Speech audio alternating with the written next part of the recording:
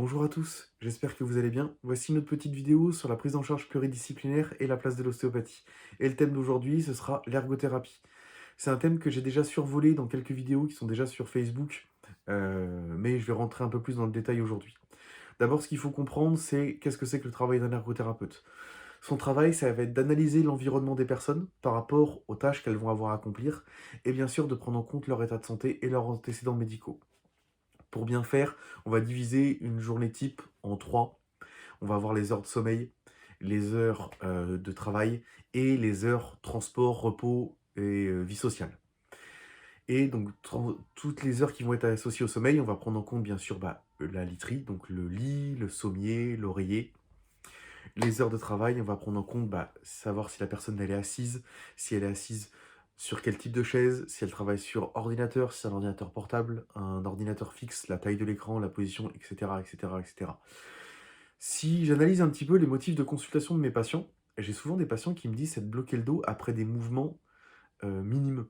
Par exemple, je me suis penché pour lasser mes chaussures et j'ai essayé de ramasser un stylo que j'avais fait tomber, ou juste je me suis relevé de ma chaise, j'ai entendu un crack au niveau du bas du dos et je me suis bloqué.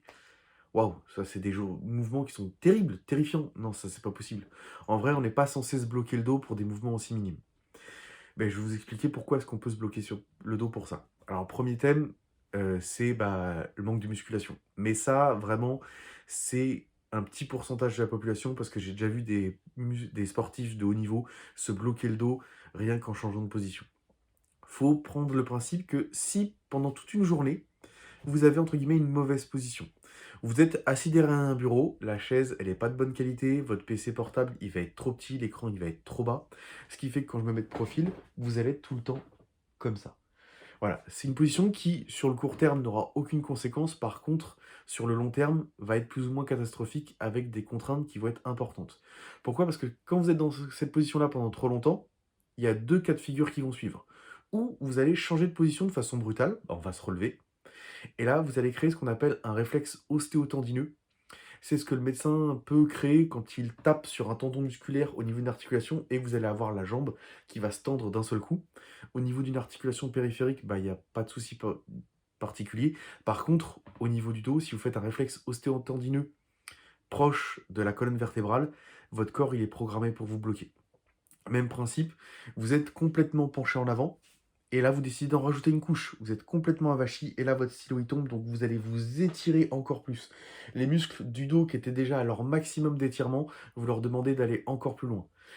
Les deux cas de figure qu'on a vus, c'est des mouvements qui sont potentiellement dangereux pour votre corps. Et le meilleur moyen que votre corps il a trouvé pour éviter que vous fassiez des choses dangereuses, c'est de vous faire mal.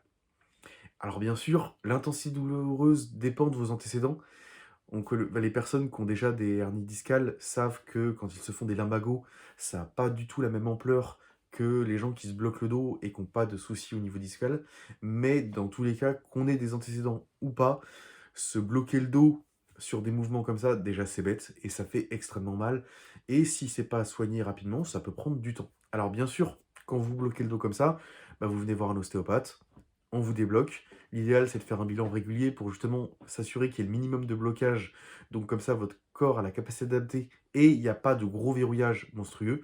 Mais dans tous les cas, si votre ergothérapie, que ce soit à la maison, pour dormir ou au travail, n'est pas bonne, c'est quelque chose qui va revenir, ça va être récidivant et vous allez tout le temps réavoir les mêmes douleurs qui vont réapparaître au même moment. Ce qu'il faut comprendre, c'est que l'ergothérapie, c'est pas que pour les personnes qui vont faire du télétravail. C'est quelque chose qui va prendre en compte sur tout. Alors bien sûr, si vous avez des gros handicaps, des gros antécédents médicaux, c'est quelque chose que vous êtes plus ou moins déjà au courant. On le connaît par exemple avec les rampes d'accès pour les personnes à mobilité réduite, etc., etc. Mais l'ergothérapie, ça concerne tout le monde déjà, pour éviter qu'il y ait des douleurs qui apparaissent, et pour des personnes qui ont déjà des douleurs chroniques, pour faire en sorte que ces douleurs-là, elles disparaissent. Voilà, c'est tout pour aujourd'hui. Je vous remercie et je vous dis à bientôt sur une autre vidéo. Au revoir.